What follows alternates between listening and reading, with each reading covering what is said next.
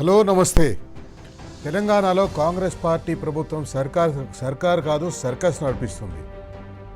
తెలంగాణ రాష్ట్రంలో విద్యాశాఖ మంత్రిగా ఉన్న ముఖ్యమంత్రి రేవంత్ రెడ్డి గారు తెలంగాణ రాష్ట్ర భవిష్యత్తు, దేశ భవిష్యత్తు తరగతి గదుల్లో ఉందని నీతులు చెప్తుంటాడు. కానీ ఇప్పుడు తెలంగాణలో ఫీజు రీయింబర్స్మెంట్ స్కీమ్ విషయానికి వచ్చేసరికి ప్రభుత్వం ఎటూ తేల్చకుండా నానుస్తుంది.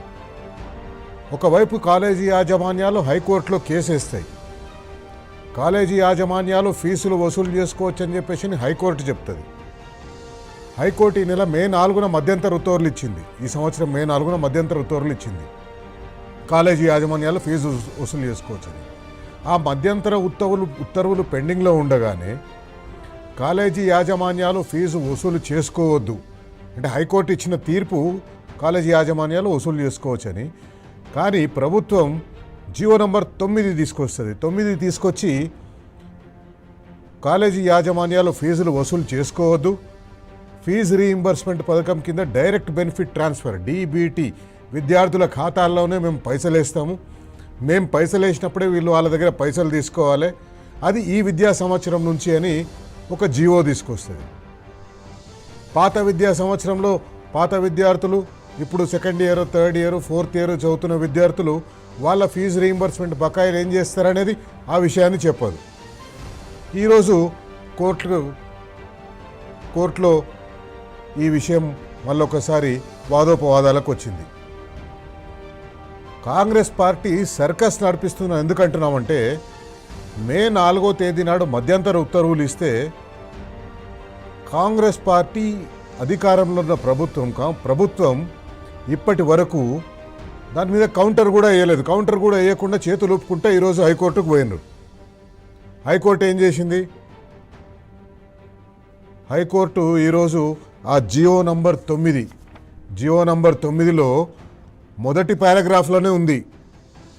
మొదటి పారాగ్రాఫ్లో ఏమనుంది? Eligible students were reimbursement by the concern welfare department directly to the institutions. ఇంతకుముందు ఇన్స్టిట్యూషన్స్కి, కాలేజీలకే డైరెక్ట్గా ఫీజు రీయింబర్స్మెంట్ వచ్చేది. ఇప్పుడు డైరెక్ట్ బెనిఫిట్ ట్రాన్స్ఫర్ చేస్తున్నాం కాబట్టి ఇప్పుడు institutions were prohibited from collecting said fees from the eligible students. మొదటి పారాగ్రాఫ్లోనే ఉంది. ఈ పారాగ్రాఫ్ని ఈరోజు హైకోర్టు స్టే విధించింది. ఈ నెల 30వ తేదీ వరకు స్టే విధించింది. ఒక పక్క అడ్మిషన్లు అవుతున్నాయి, ఇంజనీరింగ్ అడ్మిషన్లు అవుతున్నాయి, డిగ్రీ కాలేజీల అడ్మిషన్లు అయిపోతున్నాయి, అగ్రికల్చర్ యూనివర్సిటీలకు అడ్మిషన్లు మొదలవుతున్నాయి, నర్సింగ్ కాలేజీలకు మొదలవుతున్నాయి, డిగ్రీ అడ్మిషన్లు అయిపోయినాయి, ఫార్మసీ కాలేజీలకు మొదలైపోయినాయి.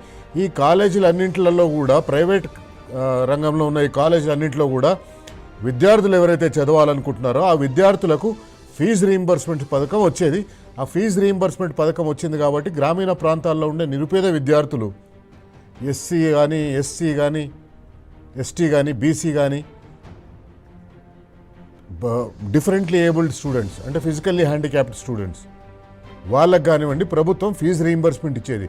కానీ ఇప్పుడు ప్రభుత్వం ఆలస్యం చేయడం వల్ల, ఒక స్పష్టమైన నిర్ణయాన్ని ప్రభుత్వం ప్రకటించకపోవడం వల్ల పాత బకాయిలు, కాలేజీలకున్న ఫీజు రీయింబర్స్మెంట్ బకాయిలు దాదాపు 10-12 వేల కోట్ల రూపాయల బకాయిలు ఉన్నాయి. ఎప్పటికప్పుడు కాలేజీ యాజమాన్యాలు ఆందోళన చేస్తుంటే, కాలేజీ యాజమాన్యాలు డిమాండ్ చేస్తుంటే మేము కాలేజీలు మూసేస్తాం, మేము కాలేజీని నడిపించలేమని కాలేజీ యాజమాన్యాలు చెప్తుంటే అప్పటికప్పుడు వచ్చి మేము ఒక 2,000 కోట్లు రిలీజ్ చేస్తామంటారు. కానీ ఇప్పటి వరకు ఆ కాలేజీ యాజమాన్యాల కోసం, ఆ కాలేజీ యాజమాన్యాలకు పాత ఫీజు రీయింబర్స్మెంట్ బకాయిల కింద ఒక్క పైసా కూడా ఇవ్వలేదు. కాలేజీ యాజమాన్యాలు అదే చెప్పినాయి ఈరోజు కోర్టుకు. ఏం చెప్పినాయి? మా పాత బకాయిలు ఉన్నాయి, ఆ పాత బకాయిలు ఇంతవరకు ఇస్తలేరు, ఇప్పుడు కొత్త సంవత్సరంలో మేము అడ్మిషన్స్ ఇవ్వాలి అంటే మాకు ఆ పాత బకాయిలైనా ఇస్తే ఈ కొత్త సంవత్సరంలో అడ్మిషన్స్ అవుతాయి, విద్యార్థులను మేము చేర్చుకుంటాం అని కాలేజీ యాజమాన్యాలు చెప్పినాయి. కానీ ప్రభుత్వం ఏం చేసింది? పాత లెక్క పాతదే, పాత లెక్క తర్వాత చూసుకుందాం, ఇప్పుడు మాత్రం మన లెక్క ఏంటంటే మేము విద్యార్థుల ఖాతాల్లో డైరెక్ట్గా పైసలు వేస్తాం, సంవత్సరానికి 3 సార్లు 4 సార్లు పైసలు వేస్తాం, మేము పైసలు వేసినప్పుడు మీరు వాళ్ళ దగ్గర తీసుకోవాలని చెప్పేసి ఉంటాయి. హైకోర్టు ఇదే ప్రశ్నించింది. కాలేజీ యాజమాన్యాలు ఒకవేళ మీరు ఫీజు రీయింబర్స్మెంట్ ఇవ్వకపోతే బకాయిలు చెల్లించకపోతే కాలేజీలు ఎట్లా నడిపిస్తాయి? ఆ కాలేజీల్లో చదివే పాఠాలు చెప్పే ప్రొఫెసర్స్ ఉంటారు, అసిస్టెంట్ ప్రొఫెసర్స్ ఉంటారు, లెక్చరర్స్ ఉంటారు, teaching staff, non teaching staff ఉంటుంది, ఒక పెద్ద సరంజామా ఉంటుంది. వాళ్ళందరికీ జీతాలు ఎక్కడికి వెళ్ళి ఇస్తారు? ఖచ్చితంగా ఈరోజు హైకోర్టు 30వ తేదీ వరకు ఈ రాష్ట్ర ప్రభుత్వానికి గడువు ఇచ్చింది. 30వ తేదీలోగా మీరు చెప్పండి ఫీజు రీయింబర్స్మెంట్ బకాయిలు ఎప్పుడు ఇస్తారనేది. ఈరోజు ఇన్ఫ్యాక్ట్ కోర్టులో ప్రభుత్వ న్యాయవాది చెప్పిండు, ఆగస్టు 15 లోపల మేము ఫీజు రీయింబర్స్మెంట్ బకాయిలు చెల్లిస్తామని చెప్పేసి. కాలేజీ యాజమాన్యాలు కోర్టుకి ఏం చెప్పినాయి?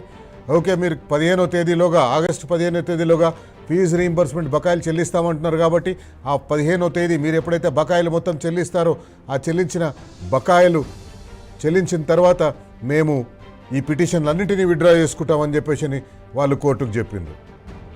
కానీ ప్రభుత్వం టైం తీసుకుంది. ఈ నెల 30వ తేదీలోగా కోర్టు చెప్పింది స్పష్టంగా, పాత బకాయిలు ఎప్పుడు ఇస్తారో చెప్పండి, 30వ తేదీలోగా మీరు చెప్పాలి. ఈ ఫీజు రీయింబర్స్మెంట్ డైరెక్ట్ బెనిఫిట్ ట్రాన్స్ఫర్ని మీరు విద్యార్థుల ఖాతాల్లోకి వేస్తామంటున్నారు. విద్యార్థుల ఖాతాల్లోకి వేసినప్పుడు కాలేజీ యాజమాన్యాలు ఆ ఖాతాల్లో వాళ్ళ దగ్గర వచ్చిన తర్వాతనే వాళ్ళు మీకు కడతారని చెప్తున్నారు, కానీ కాలేజీ యాజమాన్యాలు ఒప్పుకుంటారే. వాస్తవానికి కాంగ్రెస్ పార్టీ ప్రభుత్వం పేద విద్యార్థుల చదువుతోటి సర్కస్ చేస్తుంది. ఆ సర్కస్లో ఆటలో ఈ విద్యార్థులు కూడా బలైపోతున్నారు. అసలు ఫీజు రీయింబర్స్మెంట్ వస్తుందా రాదా, మేము అడ్మిషన్లు తీసుకోవాలన్నా వద్దా? ఎందుకంటే ఎంసెట్ మొదటి ఫేజ్ కౌన్సిలింగ్ మొదలైంది. మొదటి ఫేజ్ కౌన్సిలింగ్లో చాలామంది ఫీజు రీయింబర్స్మెంట్కి ఎలిజిబుల్ ఉన్న విద్యార్థులకు సీట్లు వచ్చినాయి. వాళ్ళు అనేక ప్రైవేట్ కాలేజీల్లో వాళ్ళకి సీట్లు వచ్చినాయి, వాళ్ళు పోయి చేరాలి. నర్సింగ్ కాలేజ్లో చదవాలనుకునే వాళ్ళకు కూడా సీట్లు వచ్చినాయి, వాళ్ళు పోయి ఆ ప్రైవేట్ కాలేజీలో చేరాలి. కాలేజీలో చేరాలంటే ఫీజు కట్టాలి. కన్వీనర్ కోటా సీట్ అలాట్ అయిన తర్వాత ఆ అలాట్మెంట్ లెటర్ తీసుకొని పోయి వీళ్ళు కాలేజీలకు పోతారు. ఆ కాలేజీలకు పోయిన తర్వాత కాలేజీ వాళ్ళు ఫీజు కట్టండి అని చెప్పి అంటారు. కానీ వీళ్ళు ఫీజు కట్టడానికి వీళ్ళ దగ్గర పైసలు ఉండవు. ప్రభుత్వం భారం తీసుకుంటుంది కదా ఇన్ని రోజుల నుంచి, ఇన్ని సంవత్సరాల నుంచి వాళ్ళ ఫీజు రీయింబర్స్మెంట్ చెల్లించడానికి. కానీ ఈరోజు వాళ్ళు పోవాలంటే వాళ్ళ దగ్గర ఫీజులు లేవు. ప్రభుత్వం ఎంత హైకోర్టు ప్రభుత్వాన్ని అడిగింది, మీరు బడ్జెట్లో ఎన్ని పైసలు పెట్టిండ్రు ఫీజు రీయింబర్స్మెంట్ కోసం అని పెట్టింది. ప్రభుత్వ అడ్వకేట్ దగ్గర సమాధానం లేదు, సమాధానం ఉండదు. ఎందుకు సమాధానం ఉండదంటే 2026-27 బడ్జెట్లో విద్యారంగానికి 26,000, విద్యారంగానికి అంటే మొత్తం స్కూల్ ఎడ్యుకేషన్ నుంచి తీసుకపోతే హయ్యర్ ఎడ్యుకేషన్ వరకు, పీజీ వరకు, ఇంజనీరింగ్ చదివిన వాళ్ళు పీజీ చేయాలనుకున్న, బీటెక్, ఎంటెక్, ఆ తర్వాత బీఈ, ఎంఈ లేదా బీఏ, ఎంఏ, బీఎస్సీ, ఎంఎస్సి, ఇట్లా ఫార్మసీ, ఇట్లా అనేక రకాలుగా చదవాలనుకునే వారికి ఈ ఫీజు రీయింబర్స్మెంట్ అనేది ఉపయోగపడుతుంది. కానీ ప్రభుత్వం 2026-27 బడ్జెట్లో ఎందుకు ప్రభుత్వ న్యాయవాది దగ్గర ఈరోజు సమాధానం లేదంటే, బడ్జెట్లో ఎంత కేటాయించిందని హైకోర్టు అడిగినప్పుడు వాళ్ళు చెప్పలేకపోయారు. ఎందుకు చెప్పలేకపోయారంటే వాళ్ళు కేటాయించింది 26,674 కోట్లు. ఇది మొత్తం రాష్ట్ర బడ్జెట్లో 8.2% ఈ విద్యాశాఖ కేటాయించారు. దాంట్లో ఫీజు రీయింబర్స్మెంట్కు ఎక్కడ సపరేట్గా ఏం చెప్పలేదు. కానీ విద్యాశాఖకు కేటాయించిన దాంట్లోకెళ్ళే ఇస్తారని ఒకవేళ మనం అనుకుంటే, దాంట్లో వాళ్ళు ఏం చేసిండ్రు, సెకండరీ పాఠశాల విద్యకు 21,231 కోట్లు కేటాయించింది. అంటే ఇంకా మిగిలింది ఎంత మిగులుతుంది? ఒక 5,400 కోట్లు మిగులుతుంది.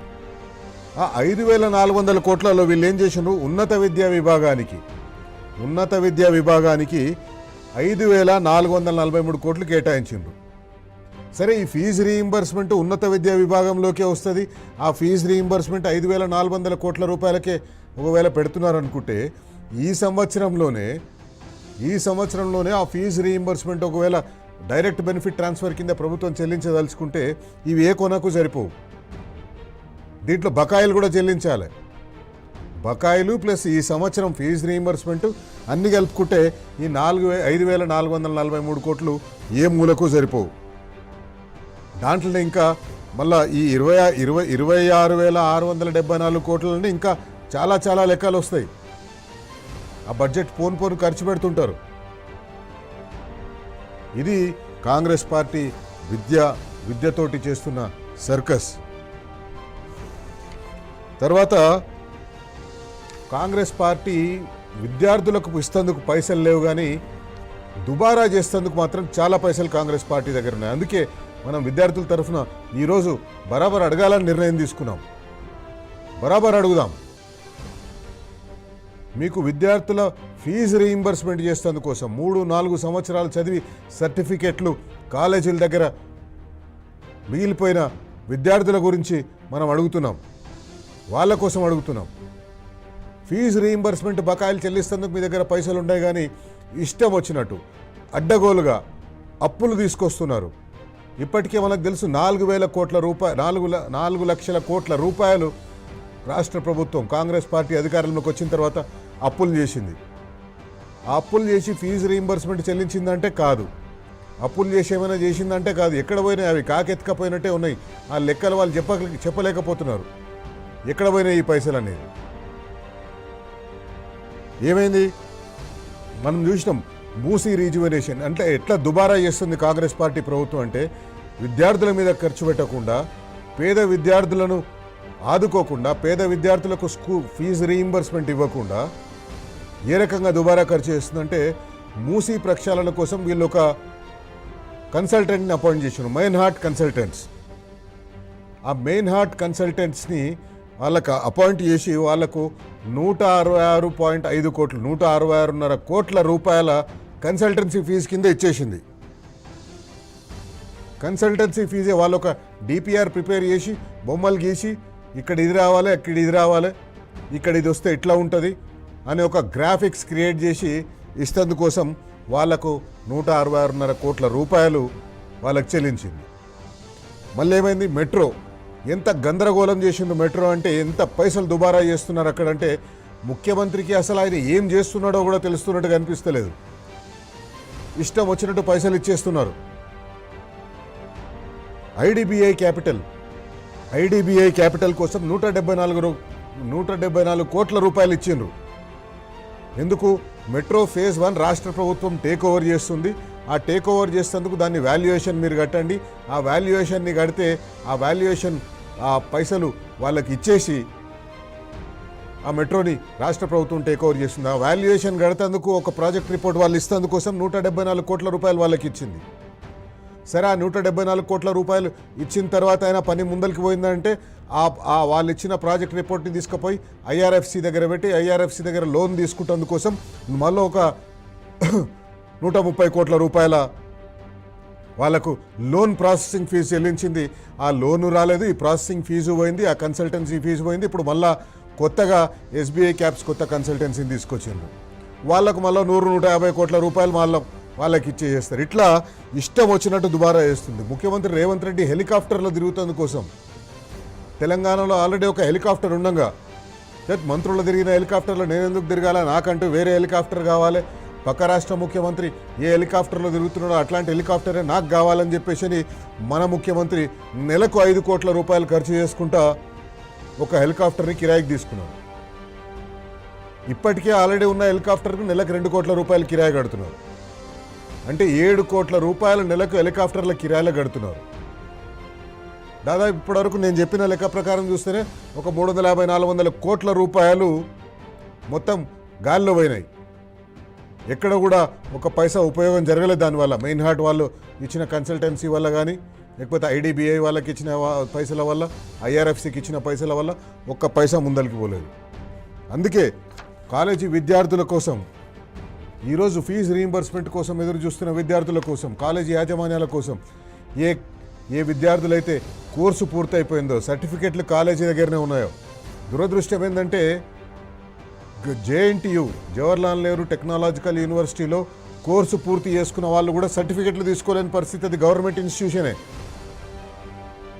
గవర్నమెంట్ ఇన్స్టిట్యూషన్కి లేదా గవర్నమెంట్ స్పాన్సర్డ్ ఇన్స్టిట్యూషన్కి పైసలు ఇవ్వకుండా ప్రభుత్వం నాంచడం వల్ల అక్కడ చదువుకున్న విద్యార్థులకు కూడా ఇప్పటివరకు సర్టిఫికెట్లు రాలేదు. ప్రభుత్వం ఇన్స్టిట్యూషనే కదా, వాళ్ళు చెప్పొచ్చు కదా ప్రభుత్వం మేము మీకు ఇస్తాం, మీరు వాళ్ళ సర్టిఫికెట్లు ఇవ్వడానికి అని చెప్తలేదు. ఎందుకంటే ఆ యూనివర్సిటీ నడవాలి కదా. ప్రభుత్వం మేము ఇస్తాం ఎప్పుడైనా అని చెప్పేసి అంటే యూనివర్సిటీ నడవదు.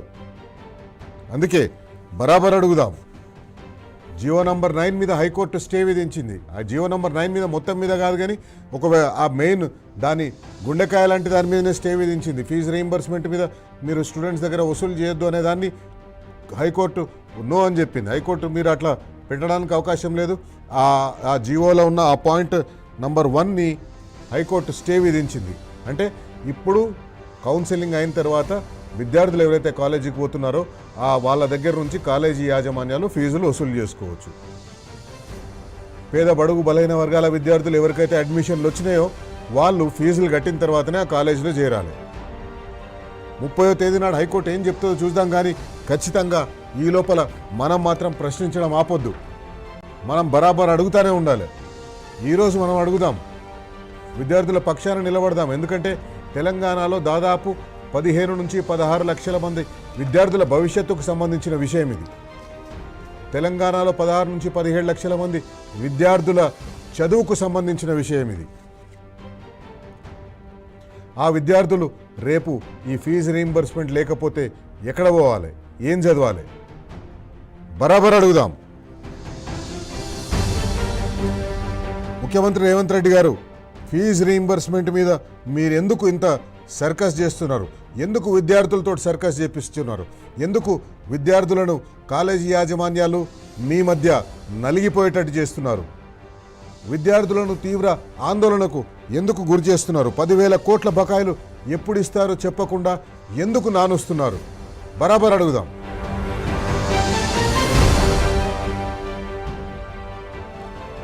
మూసీ డిపిఆర్ కోసం మెట్రో రైల్ అధ్యయనాలు కన్సల్టెన్సీల కోసం 100 కోట్ల రూపాయలు గంగలో పోస్తున్నారు. మరి పేద విద్యార్థుల ఫీజులు ఇయ్యనికే, ఫీజు రీయింబర్స్మెంట్ ఇయ్యనికే, వాళ్ళ ఫీజుల పైసలు ఇయ్యనికే మీ దగ్గర పైసలు లేవా? మీకు చేతులు వస్తలేవా? బరాబర్ అడుగుదాం.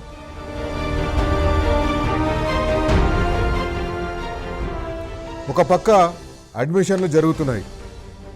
ఇంజనీరింగ్ కాలేజు, డిగ్రీ కాలేజీలు అయితే అడ్మిషన్లు అయిపోతున్నాయి. ఇంజనీరింగ్ కాలేజీలు, అగ్రికల్చర్ కాలేజీలు, ఫార్మసీ కాలేజీలు, నర్సింగ్ కాలేజీలు, ఇతర కోర్సులు చేసే విద్యార్థులు ఎవరైతే ఎంసెట్ రాసి దాంట్లో ర్యాంకులు వచ్చినాయో, ఆ ర్యాంకుల వల్ల వాళ్లకు సీట్లు వస్తాయో వాళ్ళందరూ అడ్మిషన్లు అవన్నీ జరుగుతున్నాయి.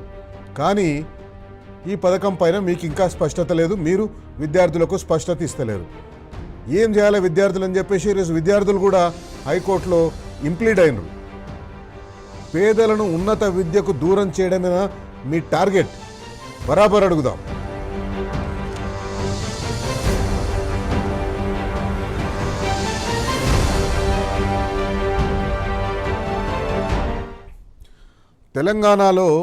తెలంగాణలో విద్యార్థులు చాలా స్టూడియస్ విద్యార్థులు.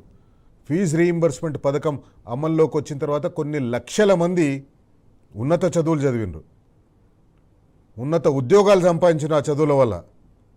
చాలామంది పేద బడుగు బలహీన వర్గాల విద్యార్థులు ఎవరైతే ఒక సాంకేతిక విద్యని అందుకోలేకపోతున్నారో వాళ్ళందరూ కూడా ఈ ఫీజు రీయింబర్స్మెంట్ పథకం వల్ల మంచి విద్యను అందుకున్నారు, మంచి మంచి కాలేజీల్లో చదువుకున్నారు. ఇంజనీర్లు అయినరు, డాక్టర్లు అయినరు, ఫార్మసిస్టులు అయినరు, రీసెర్చ్ సైంటిస్టులు అయినరు. అమ్మాయిలు, పేద అమ్మాయిలైతే నర్సింగ్ కాలేజీలో చేరి నర్సింగ్ పూర్తి చేసి ఉద్యోగాన్ని సంపాదించారు, దేశ విదేశాల్లో ఉద్యోగాలు సంపాదించారు. అట్లాంటి ఫీజు రీయింబర్స్మెంట్ పథకాన్ని కాంగ్రెస్ పార్టీ నీరుగారుస్తుంది.